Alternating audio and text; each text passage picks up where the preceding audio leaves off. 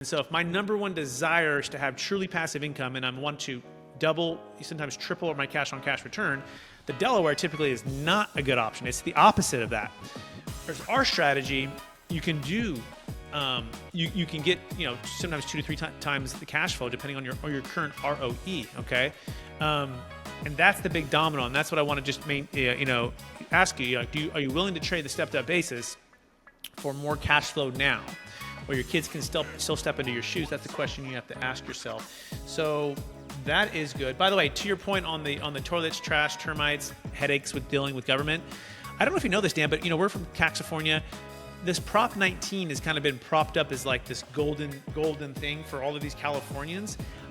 Recently, Newsom and all of the powers that be in California, this has been changed. I actually wasn't quite aware of some of the major changes. Did you know that how Prop 19 works is that the parent-to-child property tax exclusion still exists, but it's limited. Hey everybody, Brett Swarts here with Dan Palmer, Capital Gains Tax Solutions. We're talking the Deferred Sales Trust today, like we usually do, right? In fact, Dan, we were just talking beforehand. It tends to be the same thing over and over again.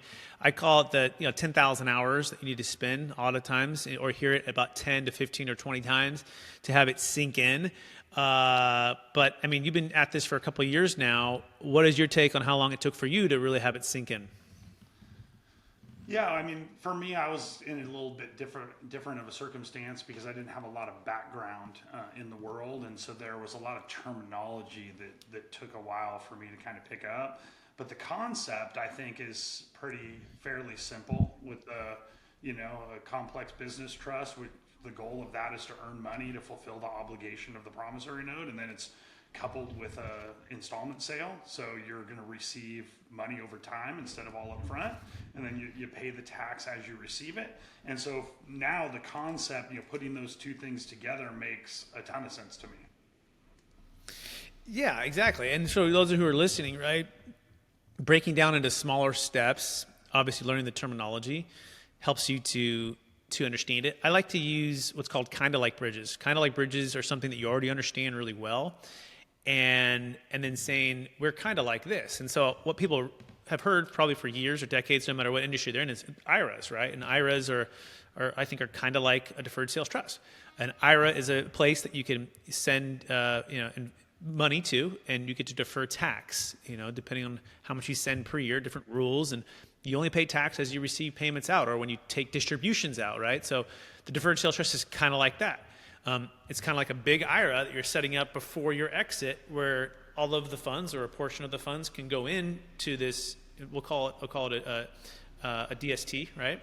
And kind of like an IRA, it's in a deferral state until what? You receive payments back from this trust. And so that helps people, I think. Dan, do you think that the IRAs make sense for people on that? I think it does, in the sense that it's something they're familiar with. So it's like a bucket that's already filled with some understanding, and then you can kind of use that to piggyback the deferred sales trust on. So yeah, I do think that's a helpful analogy. Yeah, and so the other things that I think are helpful, it's kind of like a 1031 exchange. So if you've done investment real estate, the deferred sales trust is kind of like that, because we're to the extent that you send all of the funds to the trust, as long as you don't have what's called debt over adjusted basis, you can defer 100% of the capital gains tax until you take boot or take a repayment out of the trust, just like a 1031 exchange. You can send all your funds to a 1031 company, as long as you roll it into or trade or buy another like kind investment real estate property within all of the guidelines and the rules that are set up, the 45-day, the 180 time frame, you're in a deferral state. And you only, guess what, once you buy that investment property and then you start getting cash flow, when do you pay tax? Well, when you get the cash flow, right? To the extent that you don't have depreciation to offset it. Same thing with the trust. 100% can go into the trust, and then you can defer 100% of the tax until you start getting repayment back from the trust. So it's kind of like a 1031. It's kind of like an IRA. But there's some cool things about the deferred sales trust, Dan, that the 1031 and the IRA are inferior. Do you know what a couple of those are? You want to share that?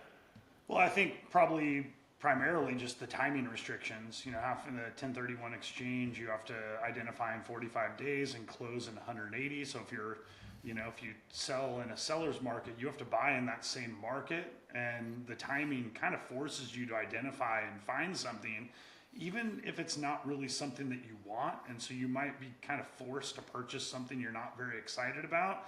And you don't really have any negotiation power either, because the seller knows you're doing a 1031. So they know you're kind of desperate. And so people tend to, in order for the deferral with the 1031, to overpay. You do that 4 or 5 times, over 30 years or something, and you can find yourself in a hole. And so I think that's one of them. Like kind investment. You use the 1031, you have to go into a like kind investment. With the Deferred Sales Trust, though, you can exit a commercial real estate property and go into securities. You can go into crypto. You can, go into storage. You have a lot of flexibility to go into what you want. Are those some of the things you were looking for? Yeah, I think you nailed it. Yeah. And I would add, on the IRA, there is what's called a required minimum distribution at a certain age. And if you are to actually pull out before then, any amount, I think it's like a 10% penalty, plus you pay the tax. So with the Deferred Sales Trust, there's no penalty for pulling out early or having the note amended to pay out early, just the tax on it, right? So that's an advantage on our side. There's also no required minimum distribution, although we have a recommendation that we recommend within the first 2 to 3 years or so have some payment coming out. Typically around half of the interest is a recommendation, but it's not like written in a tax code that if you use an installment sale, you must have this, you must have that. We just like to keep it within what's called commercially reasonable. And most clients want to be able to live off the capital anyways within the first couple of years.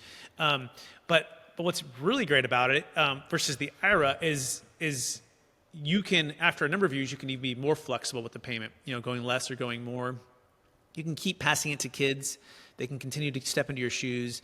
And this compounding effect is super flexible, super flexible. Also with the IRAs, if you want to partner or use an IRA, self-directed IRA into your own business or own deal, they have a lot of hoops and a lot of regulation that makes it not attractive. If you look up self-directed IRA into your own thing, there's certain guidelines that a lot of investors are it's not worth the trouble. I'd rather just go into passive deals because of the documentation and the rules.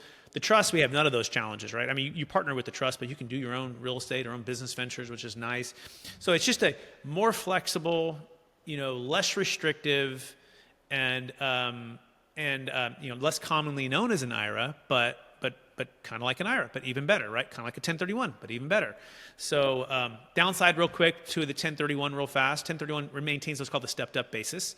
So if you are below that $30 million married mark or $15 million single net worth, and you have real estate that can get a stepped up basis upon your death, that is an advantage. Whereas the Deferred Sales Trust, at least the 1.0, there's no stepped up basis. Kids just step into your shoes. So that is a downside. By the way, here's a thought, Dan, I have as we're thinking about this. And I think it's why the 1031 is becoming less and less attractive, because the baby boomers are getting older and older. And I think there's a correlation here. The older you get, the more, time becomes even more valuable, because you realize how much less you have. I mean, I think the average age of an American is between 70 and 80 years old, right, is your lifetime. And in other words, it's diminishing, you're going towards this date. The flip side of that is your wealth should have already grown to a point where you probably, or could have grown. The folks that we're working with, high net worth individuals worth, a lot of them, $1 to $100 million, right? So they've made a substantial amount of wealth. And so time becomes this law of diminishing returns, right? It's fleeting, right? So if I can free up my time, right, and I can take my wealth and I can, in a sense, invest or buy back my time by using a deferred sales trust, this correlation is happening more and more rapidly as these baby boomers continue. I think there's 10,000 a day turning 65, Dan, in the U.S. alone. And they represent about 80 million in the U.S. alone, total baby boomers. And then they represent about $124 trillion that's going to transfer in the next 5 to 15 years. So I think every day the 1031 kind of becomes incrementally less attractive, and the deferred sales trust becomes more attractive. What do you think? Well, the stepped-up base is an incredible tool. We all know that. There's one problem, though.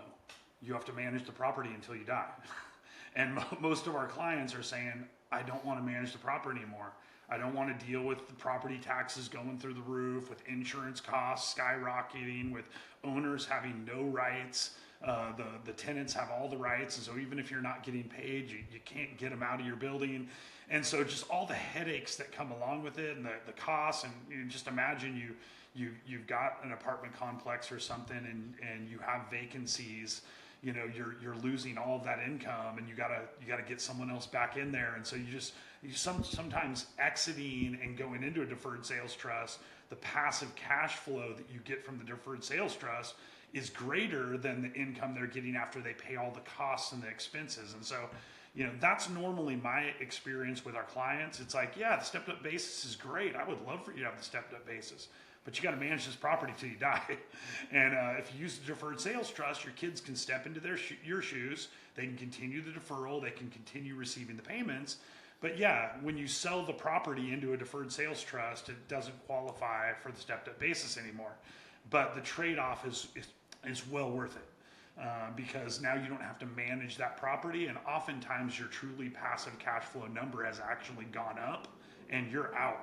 You're free. 100%. Couldn't agree with you more. And then someone might be thinking, well, Brett, can I just do a Delaware 1031, which maintains a stepped up basis, gets me out of all the toilets, trash, and termites and liability? And yes, and by the way, we work with those to help with those as well, with securities professionals. But here's the key thing that Dan said at the very end, right? He said the cash flow, right? The truly passive cash flow number tends to be 2, sometimes 3x more with the deferred sales trust. And I think, Dan, from all of our calls with all of our clients, kind of doing just an internal survey with all of them, that is the most important thing. In other words, that's the big domino. If they can increase that by 2 or 3 times, they can give more, they can support their family more, they can enjoy their wealth more. And so the Delaware is a blockbuster method. I mean, it's solving part of maintaining the stepped up basis, but most of those are at 5% return, no liquidity, no diversification, right? And you give up 100% of the control, and there's 7 to 10 year lockups. And you have to ask yourself, like, usually people are going backwards in their cash on cash returns. They're like, I'm selling that, but I'm having to go backwards. And so if my number one desire is to have truly passive income, and I want to double, sometimes triple my cash on cash return, the Delaware typically is not a good option. It's the opposite of that. Whereas our strategy, you can do, you can get, sometimes 2 to 3 times the cash flow depending on your current ROE. Okay, and that's the big domino, and that's what I want to just ask you.